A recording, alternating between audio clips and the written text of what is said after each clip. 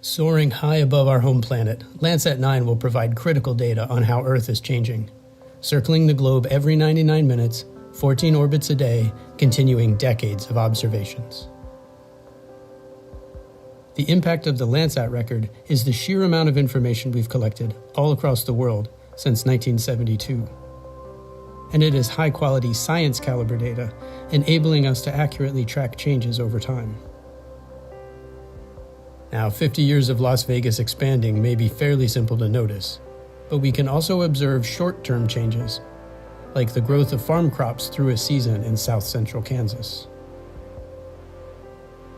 With more than one Landsat satellite in orbit, plus the European Sentinel-2 satellites, we will get data several times each week, improving our ability to track crop health and more.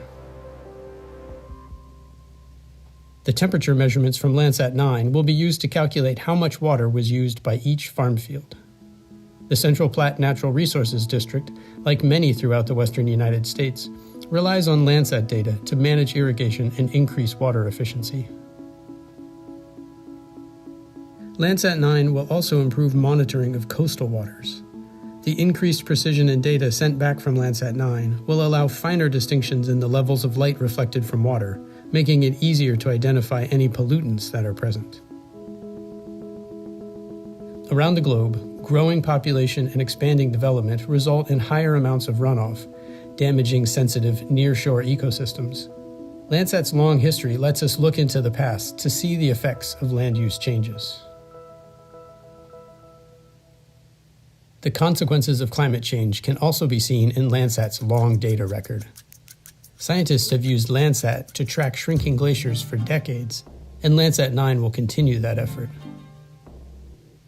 The glaciers in the Himalayas are a key water source for billions of people in South Asia.